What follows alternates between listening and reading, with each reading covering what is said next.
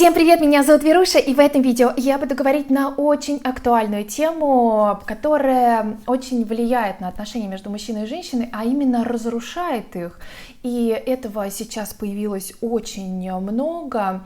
Я недавно делала опрос на YouTube среди подписчиков и зрителей, и вы мне предлагали разные темы. Я взяла на заметку много всего интересного, спасибо вам большое за участие, и я обещала озвучивать авторов. Вот доктор Ливси предложил такую тему. Надо сказать, мне и в комментариях давно мужчины пишут, что вот это повлияло на женщину, очень сильно ее изменило, ушла, развелись из-за этого. Это психологические тренинги, марафонные желания или просто марафоны для женщин. Надо сказать, что это все больше влияет на женщин. Ну, какие-то лозунги такие, там, будь стервой, да, люби только себя, сделай так, чтобы выбить из него там какие-то подарки, вот пошагово, делай так. То есть это все вот так вот говорит. С одной стороны, они же как бы вроде изначально должны быть, ну, мне кажется, предполагаются как в каком-то таком позитивном ключе, чтобы вроде как улучшить отношения, да, какие-то там, ну, мне так раньше это представлялось. Но много появилось всего, что вот именно что-то выбить, что-то, чтобы женщина получила. Не говорится о том, что женщина должна как-то сама что-то делать. Говорится именно, что все это за счет мужчины. В общем, сегодня буду говорить и скажу сегодня такое вот это инфо-цыганство, тоже модное слово. Если смотреть, обратиться просто к сухим фактам, к цифрам, посмотреть статистику, у нас превышают уже разводы 100%.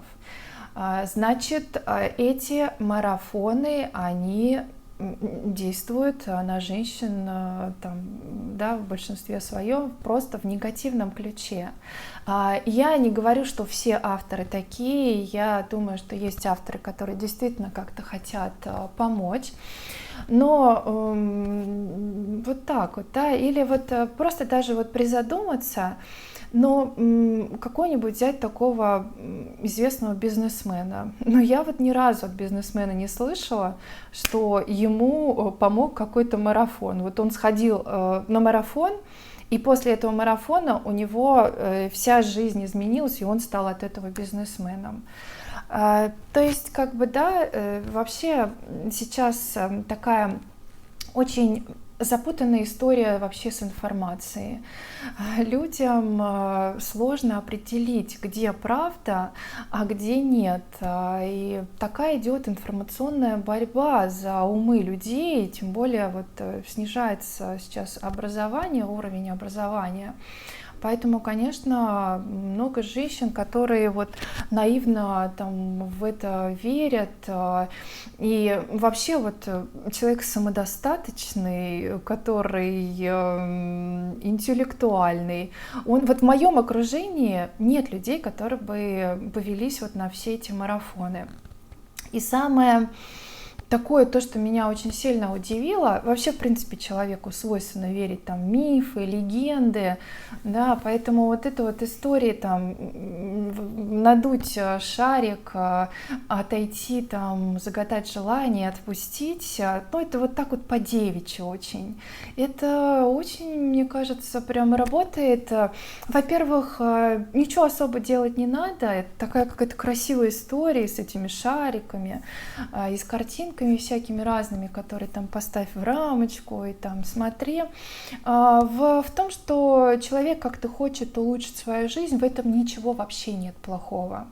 Но когда женщине говорят, вбивают в голову, что все же это она хочет получить благодаря мужчине, не говорится о том, то есть покрываются все ее какие-то негативные качества, над которыми она должна работать. Ведь, например, психологи говорят, что если проблемы у вас, к примеру, с ребенком, то не ребенка нужно отводить к психологу, а нужно отводить себя в первую очередь.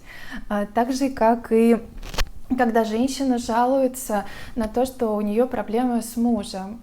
Так может быть, сначала подумать о том, что ты можешь быть в чем-то виноват и изменить вокруг себя ситуацию, и тогда посмотреть, может быть, ситуация, может быть, она будет по-другому, и она исправится, да? Но вот получается, мне в комментариях очень много мужчин пишут, что вот этому не учат. То есть учат на этих марафонах как манипуляции, манипулировать как мужчиной, сделай так, и ты получишь это, да? Будь стервой, и он тебя полюбит наконец. Я хочу сказать, что те, кто начинают отношения с манипуляцией, с тем, чтобы больше выбить, с какой-то выжидательной тактики, которые учат на этих там коучи или марафоны, да, вот те, кто изначально начинают с неискренности, ну, здесь я точно не могу сказать молодец. Это глупо, потому что рано или поздно все это тебе тоже вернется. Ну, касаемо марафонов, да, вообще было очень модно все эти на марафоны ходить. И я застала это время, я работала с моделями, там в комнате было около 15 девушек, молоденькие, лет там по 25 примерно, да, такой возраст, 30. И с каким они энтузиазмом рассказывали про этот марафон, что вот у меня еще не сбылось. Но ты подожди, там вот столько, это же тоже очень влияет, то, что там много людей. Люди вообще вот по своей сути в поиске вот этой какой-то таблетки, которая сделает их мгновенно счастливыми, которая быстро даст эффект похудения. И здесь главное, что мало для этого нужно будет сделать, да, то есть все же, вот как я сказала уже, женщины загадывают желания, а за счет кого все это будет исполняться? За счет мужчин. Вот я тут читала как раз на эту тему, мужчина писал, что я подарил курс вроде как бы на улучшение своей женщины, она была в поиске себя, ему показалось, что он поможет ей тем самым. Ну, потом он сам выяснил, что кто это все должен делать. Все это должен будет сделать, осуществить все ее мечты он. И он понял, что на этих курсах не говорится о том, что женщина сама должна прикладывать усилия. Как определить истинного психолога? Настоящий психолог, профессионал, он же не будет давать никаких советов. Он вообще в основном только слушает пациента. Это вот истинный психолог. В принципе, как это работает, как люди верят кому-то, да? У нас же вот нет сейчас... Вообще вот этот вот коучинг, он пришел же из Запада, а марафоны как раз, по-моему, это российская история. То есть кто-то вот, да, придумал эти марафоны, но не оттуда пришла. И все очень просто, так же, как люди и все, кто попадают.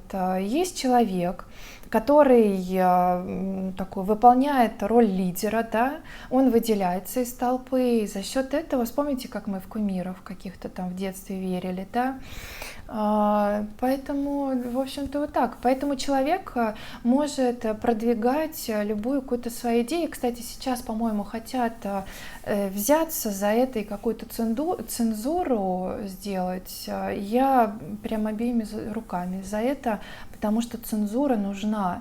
Настолько сейчас действительно просто океан этой информации, ну, неокрепшие умы, которые совершенно не понимают, как правильно, они же будут верить, вот просто выберут кого-то, кто им нравится, и будут в это верить.